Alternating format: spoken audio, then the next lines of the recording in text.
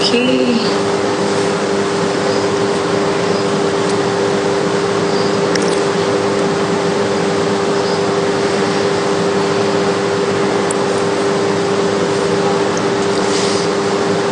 Hello, everyone. Welcome again to our live sessions on Instagram called Enchanté Luminaries. I'm very happy to launch off season 2 of Enchanté Luminaries with a very special guest here with me today. Instagram is informing our followers that we have gone live, so I will wait for a second or two.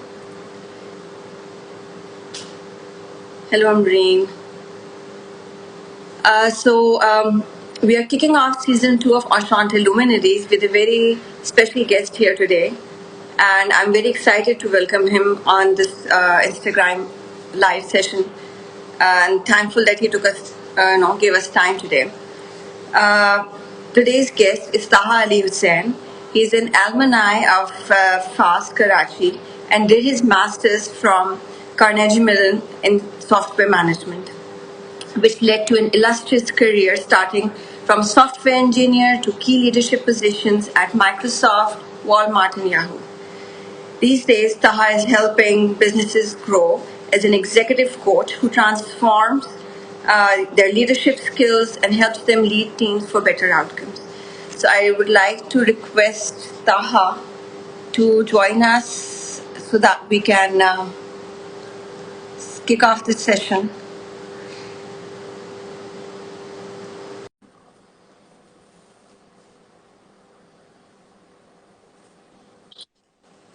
Assalamu alaikum. Hello, Taha. Assalamualaikum, Sukana. Hello. Very warm welcome here to our Instagram live. Thank you so much for taking out this time and agreeing to be our guest, the first guest of season 2.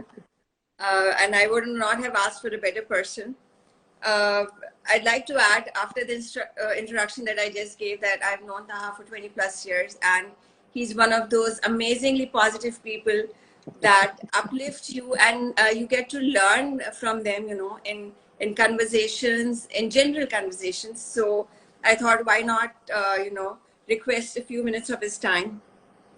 Taha, मैंने बताया भी कि you are currently working as an executive coach, helping people groom their leadership skills, whether it is individuals or teams or corporates. थोड़ा सा आप अपना introduction या background खुद भी अगर बताना चाहें. Oh, definitely. Thank you for having me here. It's so the work I'm doing right now is helping people achieve their full potential.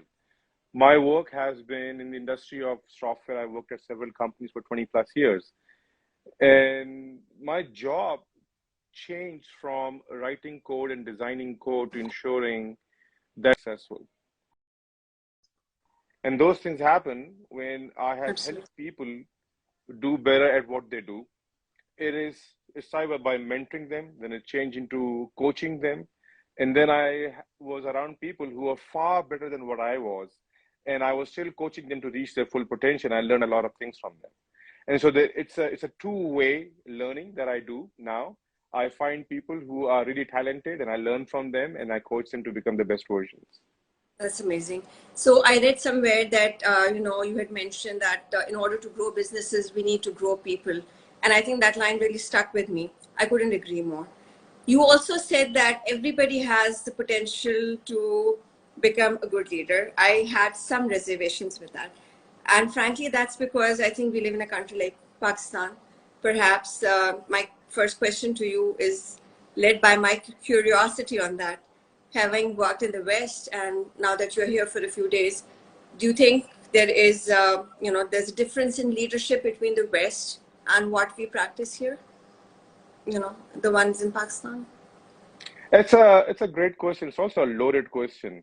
So I'm going to add a few things over here. First is when you mention East and West, we're thinking about cultural differences, and those cultural differences have led to some leadership practices. Maybe they're different, and we want to know what those are and why those are there. So culture shapes our behavior, and leadership Absolutely. is a behavior. It's a choice we make. Um, Absolutely. and the part about culture is it also gives us this belief system.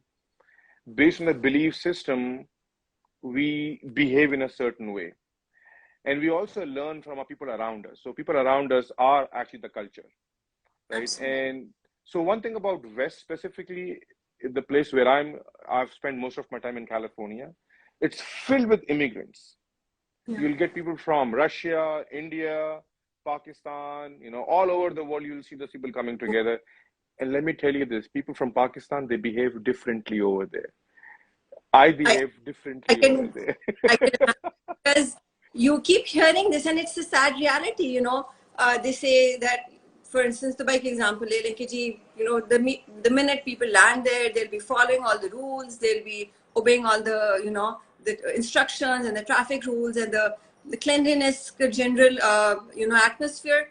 And once they're back home, they forget everything. So, why can't we adopt those values, which are an inherent part of our own culture, but we don't seem to practice them? That is such an excellent observation. And so there was a video on TikTok that was going viral. Um, I think it was Dubai or some place in Middle East where there was some Pakistani who saw a rock on the road and he moved that. He got off his bike and moved that rock, and then the government gave him some like money or something, It's rewarded. appreciation, right? Yeah, Yeah. Now you're thinking, why is that the case? And the person is actually doing it, right? He's not doing it because of the money. He's just doing it. yeah, And the same things you mentioned about people landing in the West and then they behave differently. I used to throw trash all the time when I was over here. Now I find it very odd when my brother does that. I'm like, why is he doing it? Because my behavior has changed over here. Now, here's the thing what happens. It tells us only one thing. Our belief that we tell people don't change is wrong. Human behavior is actually quite fluid. it is. But the way to make it fluid, you have to make the environment easy. Not strict. You have to make the environment easy. So if you want a worker or a lab assistant to dispose of their gloves, this is a research, by the way, to dispose of the gloves frequently, and they're not doing it, maybe the disposable can is far away. What if you move Yeah, it next to them? They did that part and they were doing yeah, it more often. So if you change the environment to make the behavior easy to adopt, yeah, people will do it, right? So that's the one part we can learn from that. Now, east to west part, the cultural differences, the belief yeah, system, you know, the fact is right. If we have people around us who are creating an environment that makes us fluid to learn from them and also behave in a certain way, we do it. It's also part of bandwagon effect. We absolutely. like to do things, people are doing it. So it sort of works with our biases um, to use them for a good purpose. Now, That's leadership let me comes talk in. to, yeah. So the That, east versus best part, right? So one part is about learning what the right behavior is. How do I behave in a certain way, and that comes from having a certain belief. Without the belief, then it's just shallow behavior. You don't know why you're doing things; you're just doing them, right? For example, I've seen leaders who have learned that they need to speak last, so they'll yeah, sit and in their head they're still thinking about when am I going to speak, when I'm going to speak, when I'm going to speak, and then they'll ignore everything that's been said. Now they're going to speak because the belief system about why you are not talking, you are yeah, actually looking at everyone's opinion and then speaking about it. That's different yeah, versus having the belief system. So you need to learn that part. The second thing is that you have to practice it. Nobody learns swimming by just reading books about swimming. You have to jump in the pool. You gotta practice. You gotta put some laps in, right? And then that's how you learn about it. So the advantage East has, especially in Pakistan, since I've been here, you need opportunities to practice. yeah, In the West, the world is quite comfortable. People sitting in an environment, there is no tough choice to be made. Everything is done yeah, for them. So a person going to a multinational company over there, that person's life is set. It's a 9 to 5 job. They're making money, they're making bonuses, they're coming back home, watching TV and doing their stuff. There is no enough challenges in life. But in Pakistan, everyone has certain challenges. Just driving over here is a big challenge, that's a right? So very you valid, learn that. that's a valid point. Yes, kudos to you for highlighting that. But that's a very valid point. we have more than our share of challenges living in our country than anybody else around. So my second question to you was, how important is critical thinking for a good leader, for personal development, and how can we become the best versions of ourselves? हम बात कर रहे हैं unlocking our full potential, So how do we know कि हमारे, we have unlocked that potential, and now that I have tried and I've become the best version that I can be, what's the secret formula behind that? So there are like three questions in it. One is about critical thinking, I about have to. leadership. I use my time well, right? You could briefly touch upon all of these. Okay. So Okay, when there's a question are about talking, critical uh, thinking, about a I, leader, I on the about clock. about growing others in critical thinking. Then there's a question about reaching your full potential. It's amazing. I think so. Let's have a critical thinking about, if we were to break it down into very simple terms. Critical thinking is the ability to ask questions which are about the why of the aspect. Why are we doing this, for example? Right? In our culture, our belief system is given by our environment, like, parents, teachers, all of that. And we learn to practice it, and then we Yeah. establish our prefrontal cortex. Now we can ask these questions come in being, and we have to ask these questions. And some cultures, most cultures, they ask you not to ask those questions because questioning means it's wrong, right? And what happens that, yeah, the thing is that the belief system protects itself by also believe that, hey, it is wise for you to not ask those questions, because the moment you start asking questions, you might go into a different directions, and we don't want you to go there. We want to be part of the belief system. It's better you continue following it. Now, that does not grow you. You're only following a certain behavior without knowing why you're doing certain things.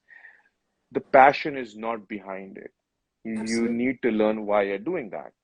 And so critical thinking plays that part where you ask questions about the why. Socrates, for example, he never claimed that he knew anything about anything.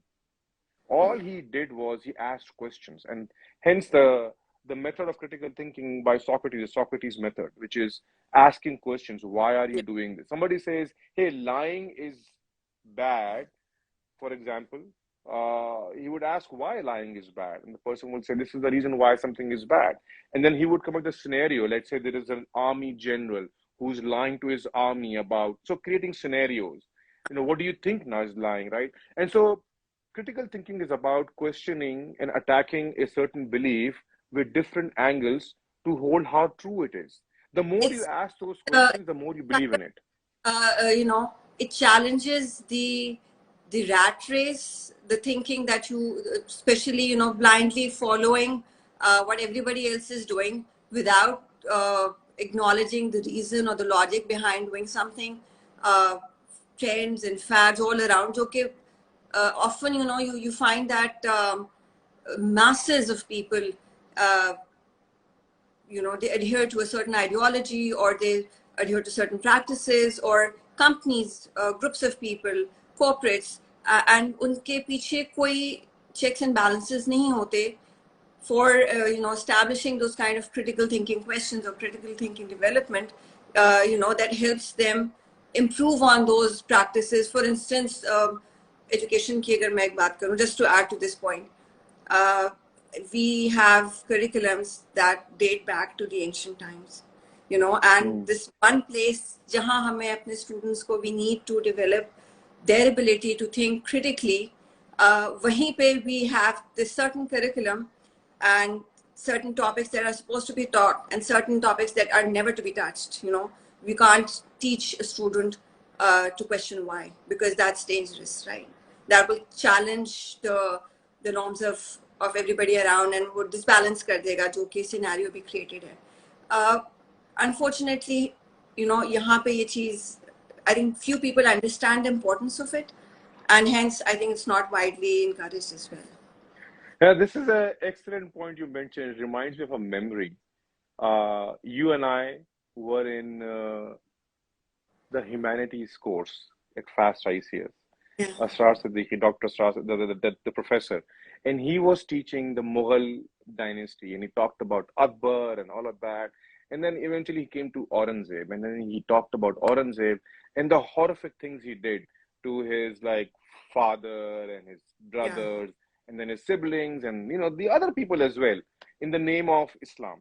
And he did all of that. And then when he finished, he said a statement which was Akbar was the worst king and Aurangzeb was the best king of Mughal Empire. To which I said, hey, this doesn't sound right. And the thing is that the way he spoke about Akbar was also quite passionate. And Yeah. Aurangzeb, he was stating the facts, but you can see that there was no emotion in it. Says, right? That's what the textbook says. So That, I asked him that, hey, it doesn't look like to me that Akbar was the bad king just because he came up with Deen Ilahi and married a Hindu woman. It sounds like we are forced to say that. He's saying, I'm a government employee and I've been taught to teach you this. yeah. When you leave this country and you go out, then you can read more material outside. I highly encourage you to do that. That's that, and things haven't changed in the last 20 years or so. Sadly, apart from a few institutions, things are still the same way. So, Right. Sukena, I can see the wisdom behind your question about. Well, I was thinking, you asked me a question about critical thinking. You know, going from the critical thinking is actually required for a person, a team, an organization, and an entire country to grow until we start asking questions about our current bad reality and keep ignoring it because we don't want to change. Yeah. That's where the problem comes in. We don't grow. And it helps us unlock our potential. It helps us become a better version of ourselves in the end. Yeah. So your last question about how do I know that we have unlocked our full potential? Yeah. Here's the thing. I That's a question to which my default answer, my gut feeling, I don't have any data on it, but it tells me you never know that you have reached it. In fact, the moment you realize you've reached your full potential, that's when you're thinking, I'm done. There's a Navy SEALs in America, one of the elite forces that they get trained. Their training is really hard, and they do only one test to select the candidates for the training program because the program is really hard. What they do is that there's something called a 1 mile run. They take everyone to the beach and they ask them to run. It's called a 1 mile run, but they don't finish in 1 mile Yeah. until the instructor says you stop running. They keep on running, so Okay. they don't know when to stop. Yeah. And that's the toughest thing because as a human, we need certainty as to tell me how long, even if it's Exactly. long, tell me how long. I want to be certain Exactly. about it, right? I think is that growth is not certain. You never know how long you'll grow. You have to be in a game of continuous growth. And that's what it's required for us to full potential. It's perpetual learning. You keep doing that. You keep doing Yeah. that. Yeah. We talked about it was so well highlighted by you कि जो challenges in living in a country like Pakistan that impact a lot of variance in the equation, right? So how can we help develop a nurturing environment where we can help grow leaders that in turn grow teams that perform well? How can we contribute in making that environment, the challenging environment, better?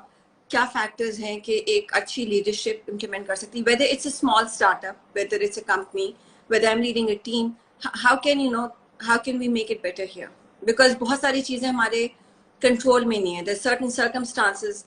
We talked about the roads, electricity issues, economic crisis चल रहा है. Most of these are beyond our control. So ऐसे situation में to give out maximum potential or to give it our 100%, वो बहुत affect हो जाता है. My productivity affect हो जाती है. Any tips to help us improve that? So first is leadership is all about the mindset. There's a famous saying, quote, leadership is a choice. Yeah. The choice presents itself as an opportunity. An opportunity comes in terms when there is a need to do something. So if everything is happening fine, then there is no need for leadership come up. So when we have fewer resources, that's when we become more innovative, actually. That's one of Amazon's principles as well. Constraints breed resourcefulness. And so when we think about Pakistan, while we have these challenges, the same challenges are giving us the opportunity to nurture our skills in leadership. That's the high level part. Now, sitting in this environment, we can feel the pain, and that's the shift that's needed first. That hey, I'm always going to have pain. You move from here to America, you'll see when you talk to people in America who are working in companies, they'll talk about their pain point. You'll be like, wow, I thought I had problems. These guys have Yeah. their own problems, Just right? on So, the other so we side. all, yeah, so we all have, I say that, we all have a mountain in front of us. We all have our own mountain and we all Yeah. have our own challenges. Need to overcome those challenges. So I see Pakistan and the environment over here actually as an opportunity. The biggest problem is that over here is coming up with our limiting beliefs that we need so many things before we can take a step forward. And that's the same thing happens in America. I'll give one example about, so I worked at, for example, Microsoft, I worked at Walmart, I worked at Yahoo. Uh, Walmart is one of the oldest companies, Fortune 1. When you Yeah. go over there, you realize the culture is more about creating safety in employees. Okay. And that comes from Sam Walton, because he believed that in order for me to touch the customer, I go through the staff, the associate who works in the store. So if I Yeah. can keep my associate happy, the happy employees will be happy in dealing with the customers. And Absolutely. that's what's been weaved into the culture of Walmart. Now that's not true with Yahoo and Microsoft. They all say we take care of employees, but not to the extent as to how Walmart does it. Walmart does it like way beyond. You will find very rare cases where employees are not like managers are not they don't create a safe environment for their employees. It's very rare. Now when you go to Microsoft, when I joined Microsoft, Satya had become recently the CEO, and before that the culture was all about it wasn't about creating collaborative work. People worked in their tiny offices. I had an office, and when I never worked in an office before, and I came out and I was like, okay, I'm gonna go talk to my peer, but his door is closed. How do I go approach it? Right? It was all about working in silos. We cared about our own success, and so I asked my manager, the first one, because he and I were at the same level, and I asked him, hey, what does it take for me to get promoted? And he said, I have to get promoted first. I was like, okay, so we have to work towards your promotion first. And so the mindset was very different. But Satya brought that change. He realized this is not working. I gotta change that culture. And so he changed that culture. He made environment easier as well. Some Yeah. people who didn't like it left actually. Okay. It happened. I had 5 bosses in 3 years. And Wow. so the culture change is hard on people. We're thinking it's Yeah. hard on us. It's hard Yeah. over there, everyone's own challenges. Now, to create really a safe environment, here's a story about Ford Motors. Um, Alan Mulally, two-time CEO. He was a CEO at Boeing. He worked there Mm-hmm. for 37 years. And then Yeah. he was brought in by Bill Ford, in 2006 at Ford. Now, Ford was once, it has more than 50% market share in like 50s. Yeah. But in 2006, they were filing a loss But of $12 billion. Okay. Now, they brought this guy in, and Alan Mulally, when he came in, he has no experience in making cars. He has no, he's a plain guy, right? So he knows nothing about selling cars, knows nothing about making cars. And so he went to a meeting, multiple meetings. He realized people talk a lot, but not much gets done. So he can yeah. point at fingers that he's not doing the work, but he knows this is not the way to get people moving. It only makes them more unsafe when you Yeah. point out trouble in me. So he kept observing. He said, you know what? We're going to surface our top 4 to 5 priorities every week. And so in the first meeting, his 16 leaders came in the conference room, and they had a slide. Everyone had a slide in which it was green, red, or yellow, like, what's not working, what's really working, where we need help. And everything was green. Everyone had slide with everything green. So he stood up and he said, okay, so I get it. Everything is okay. Everything is Yeah. green. And so they all said, yes, everything is okay. And he said, everything is okay. Then why are we failing on the Wall Street? I mean, did we Yeah. plan to lose $12 billion this year? If that's the case, then we're surely in green. And Yeah. so the next time, one executive came and he had one red in his slide, like one tiny red, right? Right. And then one of the guys said, oh, dead man walking. The other one Right. said, I wonder who takes the Americas region now. And then Yeah. what they heard was very odd. They started hearing clapping. And Alan Mulally, he stood up and he started clapping. And he said, "That's excellent visibility, Mark. Now who can help Mark with this?" That's where it was. Now the culture. So when he started talking about it, the next time people came in, they had reds all over the place. Every slide had like, it looked like a crime scene. Yeah. And the reason was because he had made it safe for them to To say point. where they're not failing. And so to which Alan Mulally actually was very happy. And he said, "Look, guys, I know nothing about making cars or selling cars. You know more than me. But together, we are going to make it happen. We are going to become the best manufacturers again. But the only way it's going to happen is by bringing up and accepting reality. And that can only happen if we hold each other accountable, but we don't punish each other. And that's what leaders do. And That's the how you right. build safe environment." So obviously, a good leader or a person who is leading, his criticism of his team should be done in a way, as you. This was an excellent example to share. You know, when you want to create a safe environment, there's certain factors that you need to encourage people to, talk openly about and to face their challenges and help them solve those issues. Hmm.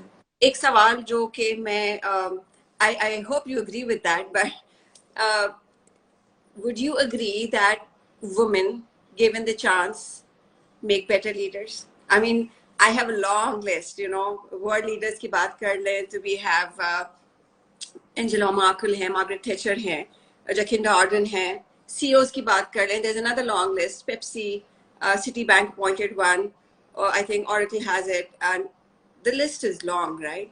So women have innate good leadership qualities. हमें opportunities नहीं मिलती. That's what I believe. I want your comments on that.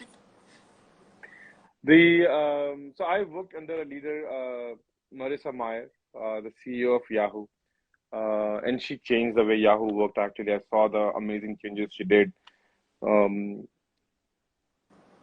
Going to the question about gender, and I think what's happening is we have oppressed a certain gender, which is the female gender, and specifically in Pakistan. Uh, we have a maturity model in our cultures, and I think, and we are still significantly behind. Belief system. We talked about the belief system part. So the way I look at things is I don't look at black versus white. I don't look at female versus male. I don't look at those things. What I do realize is that everyone has the potential to become a great leader, and the potential is actually equal, which brings to the employment law in America, which is about equal opportunity employer.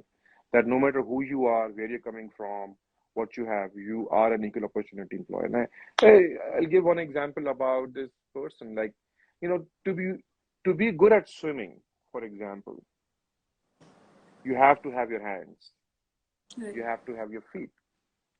Have you heard of Ismail Zulfik? Ismail Zulfik is a Bosnian boy who was born naturally without his hands. He has no hands from birth, and his one of the foot is deformed. At the age of 5, the boy won gold medal at a swimming championship. Remarkable.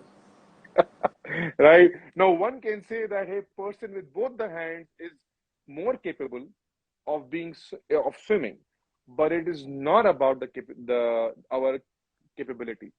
It's about what we believe, what we can do, and continue to do that 1 mile run until we achieve that destination.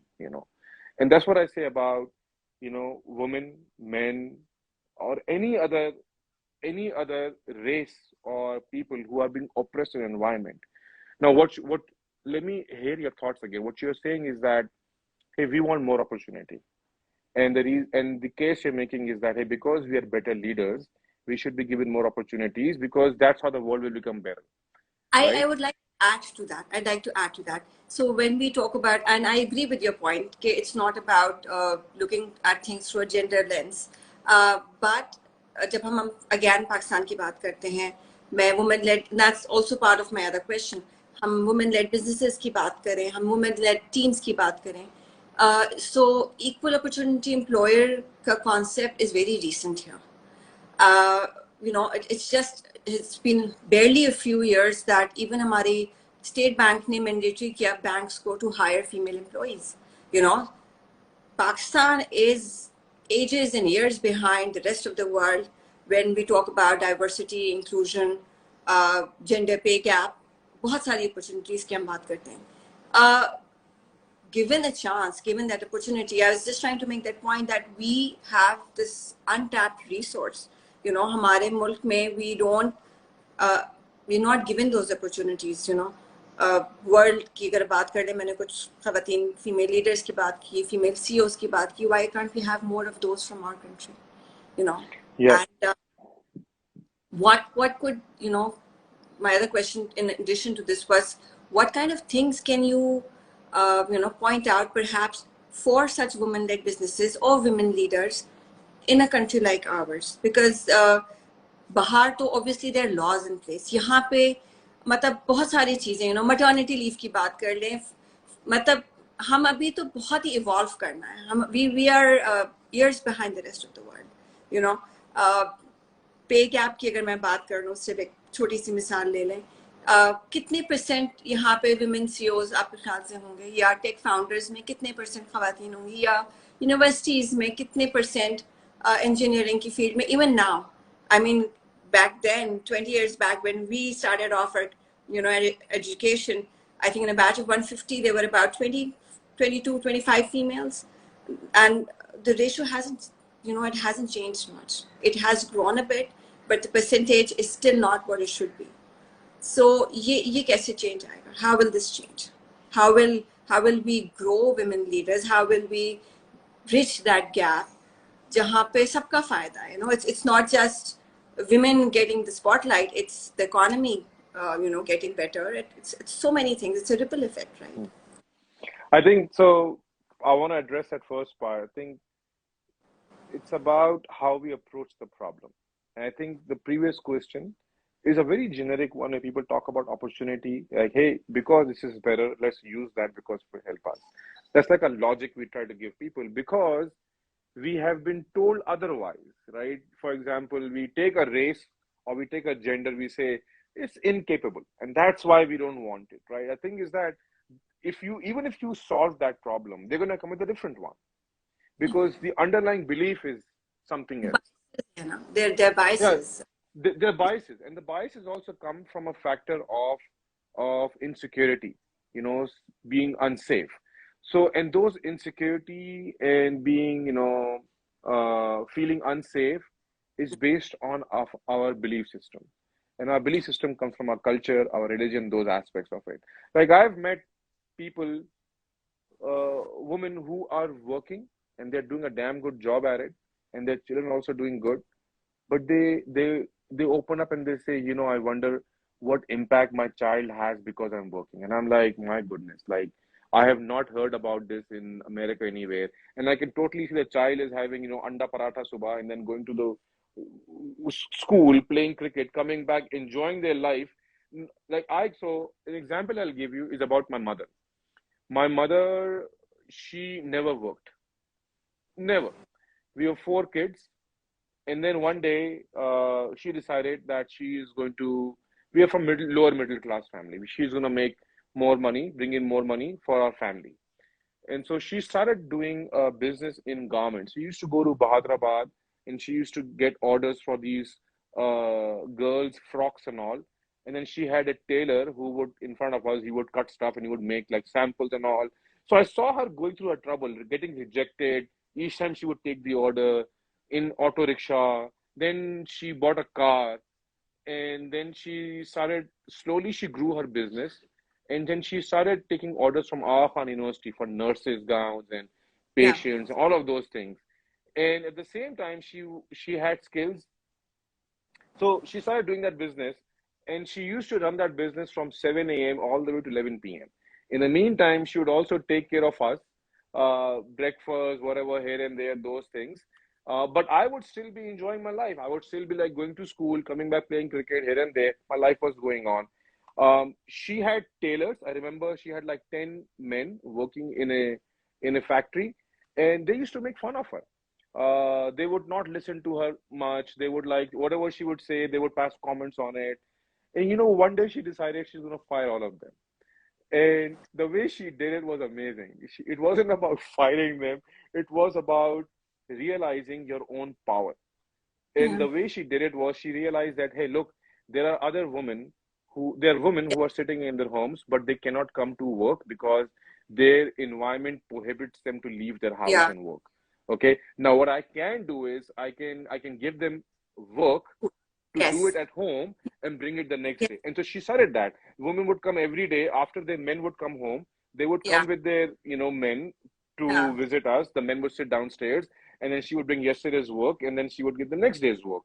And Yeah. now she invented remote working from home in the 90s and it happened right in front of me. And then one day Right, she, right. Even before when the term entrepreneurship was coined. So we have these remarkable women role models, and that's what I'm talking about. They're so underappreciated. And these biases against, women working, again, a cultural norm जिसकी हम बात करें कि उस day and age में तो you're right, and but that guilt that you talked about, even in this day and age, it because you're wearing multiple hats, a man is never accountable. It's the female who's always accountable. It's always the mom, the wife, the daughter, the sister who's accountable, because even though if she's catering to a career or if she's working from home, but she has to make sure that there's food on the table, that everybody's well fed, everybody's well taken. And then again, those doubts, am I doing enough? And I'm sure men never ask that. Am I doing enough? It's perhaps it's because we are nurturers by nature, and that's how. And perhaps it's the society that puts that pressure on us. so I found that men are also nurturing.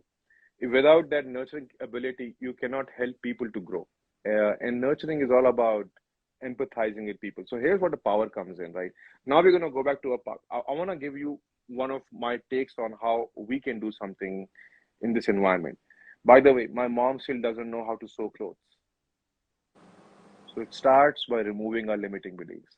That's the first part we have to get over it. Okay. Um, the the other thing is we look at in this culture, in these restrictions, what powers we have built. If you reduce on something, you gain on something, right? So we can that I'm going to take your word, and I also have been here, so I can relate that women in Pakistan are more nurturing than other women outside. And the reason is that because they spent practicing more about nurturing children, nurturing their family.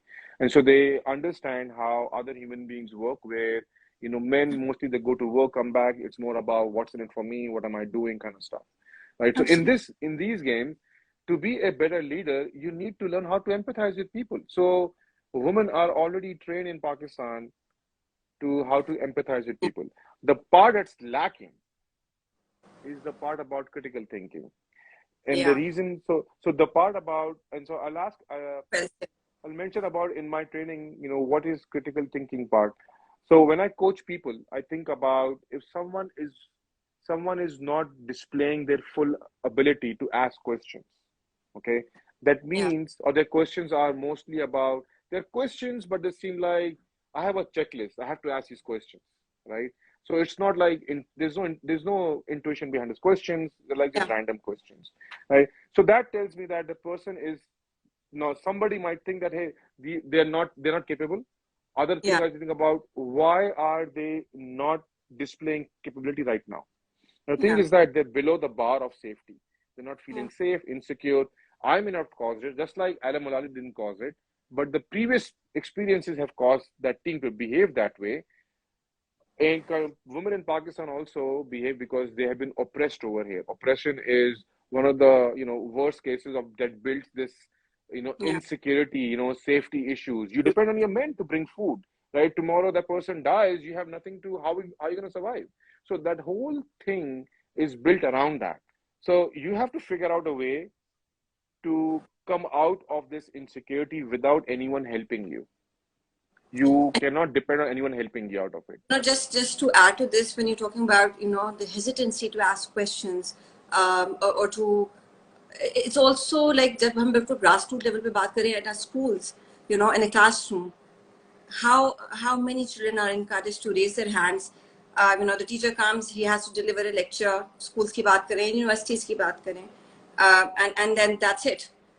एक आध student जो के होते इस तरह के जिन्हें हर चीज में पूछना होता है, they raise their hands, they're confident enough कि even if people laugh, that's all right, but I need to ask this. But the rest of the class, वहाँ 70-80 people students बैठा हुआ है, चाहे चीज सब सर से ऊपर गुजर गई, but we'll never raise our hands to ask. हम बाद में किसी दोस्त से पूछ लेंगे, we'll find that easier to do, but we'll not raise our hand to ask a question in a classroom because of what people may say, because perhaps the teacher may not encourage questioning. वो कहेगा कि मैं disturb हो रहा हूँ, मेरा lecture disturb हो रहा है. So ये तो चीजें हमें बचपन से नहीं सिखाई गई. So how can we be comfortable doing that? Yeah. That needs to really be taught from a very basic level. Yeah. I requested half an hour from you. I knew that we would definitely go above time, and I thoroughly enjoyed this conversation. And I'm thankful that, despite being a weekend, you took out so much time for me. But before we wind up, I have one last question, and this is the last one. We talked so much about leadership, about becoming the best version of ourselves, and how we can do that, with our teams, how we can do it personally. And in all of this, you are the key person because you are a leadership coach. So when we end, I want you to talk about coaching. Exactly coaching में क्या था? Because हमने mentorship का बहुत नाम सुना. We know about mentors. Industry के mentors होते हैं. They kind of keep tabs. They help you left right guide कर देते हैं. कुछ कभी कभार आपको tips दे देते हैं. But how is coaching different? What is coaching all about? It's a good question. So one area that we'll just cover quickly is about what is mentoring. So we know that that's not coaching. So say somebody knows a skill. Let's say, yeah, my wife was here last month, and so she wanted to learn certain recipes from my mom. And my mom was actually, showing her how to do certain things, how to cook certain Yeah. things, and that was her recipe. And she was sharing all the details. And my wife was making videos, writing stuff down. Now that's mentoring. You have a certain skill, you are very good at doing it, you are transferring the skill to somebody. That's mentoring. Okay, you have to be better. The mentor has to be better than the other person in that skill set. Okay, now coaching is different. Now let's take Coach Serena Williams. Her coach never played international tennis. Patrick. Right? Okay. So coaching is not about that. Yeah, right. Coaching is about you know a certain field, for example, tennis or football. Let's just say sports for now. So you know the domain, you know what activities and what makes a good player. Then you look at talent and you say talent versus skills. When you groom talent, it becomes skills. Yeah. And so you realize what kind of a coaching practice this person needs to do that. Now, the reason is this person is not going to do, one of the key things that happens is that person's perception of reality, of their own capabilities, that I can't do this. I'm not the one who's going to do that part. And so 50% of the part, what the coach is doing is raising the perception of that person to believe in themselves. You can do it. And you'll watch any movies that are built upon great coaches and all, you'll see that the person is doing something, at the same time, they're giving them the belief that you can do it. And that's what it's all about. So I wanted you to think about leadership. Now it's different. Leadership is about everyone is leading something. It's not about running a business. A person living a life is leading their own life. Absolutely. A person with a family is leading their family, right? You go to work, now you're leading a team over there. Right? Right. You go to a class, now you're leading a classroom. Even though you're not teaching, you're still over there acting as a leader, right? So leadership is a choice. And so the way it works, think about somebody is going uphill and they get stuck somewhere. Now they're not moving. The coach will come and will look at the situation and will say, instead of telling them, hey, you should take your foot up and walk like that, instead of teaching a skill, what's going to happen is that the person is again going to get stuck. And then again going to stop. So this is about teach a man, how to fish versus giving them a fish, right? So the other part the coach does is that the coach realizes what's happening and then they realize what is the perception of the person about reality. And the perception is mainly about belief in themselves, what is possible about. And There's a so, lot the, of holding, yes, because a coach helps pull you out of that situation, and is as your personal, as you said, with that encouragement, with that outlook, perhaps ke sometimes हम bigger picture नहीं देख पाते, and we have that tunnel vision. So I guess a coach who can see where we are stuck and why we are not succeeding or why we are not climbing up the ladder would probably be in a better position to assist us. they assess it, and what they do is that they remove a limiting belief or something from us. Now that is removed, so you become better version of yourself, and you keep on becoming that. And that's what the coach is doing. When the coach is doing that, they are empathizing with you so that they meet you where you're perceiving things. For example, somebody saying, hey, you know what, everybody fails at that. And they'll say, yeah, you know what, it's okay to believe in that because people who do this, they do fail. And so once the person believes that, okay, this person understands me, now they say, but how about this situation? What if you do this? So now the person, because they trust the coach, they take that step. So the coach empathizes and then challenges. Challenging Yeah, is very important. If you don't challenge, the people remain there. yeah. There's no growth. Yeah. So, interestingly, you mentioned Serena Williams and Abhi Roger Federer just, retired from professional tennis. So, all these sportsmen, अगर हम sports ही के example ले रहे हैं, so their coaches they were great players, no doubt. They were legends, no doubt. But had they not had that kind of coaching or those kind of coaches, they would never have been where they are today, right? Yeah. And that kind of really summarizes the importance of a good coach, I guess, in a very easy to understand example. So thank you for sharing that. I want to thank you once again. We've crossed 45 minutes, but a lot of people listening. And if anybody has any question that they would want to add while we wrap up, we'll be most happy to answer them because, I will make sure that Taha answers the questions before he takes off. So if there are any comments or any questions, I think that I can also see them on your own screen if people who are watching on your account can, add to that. So hello Saira, hello Amne, hello Seher. Hi everybody. Thank you all for joining in. Hello Shamila. Hello Sakina Baji. I'm just, I'm sorry, I was just so engrossed in the conversation. I just wanted to say hi and thank you to all the people who joined in today. Thank you so much once again, Taha. It was an interestingly engaging conversation. I'm sure all the people listening to us, especially the women, had a lot to learn from it and would find a lot of inspiration in it. So thank you once again for your time. It was a pleasure hosting you here. And I think we have kicked off season 2 with great, in high spirits. And I'll be back again with another guest. And until then, please take care. Thank you once again, Taha. Thank you for having me. It was great. Thank you. Thank you. All right. Bye. Bye.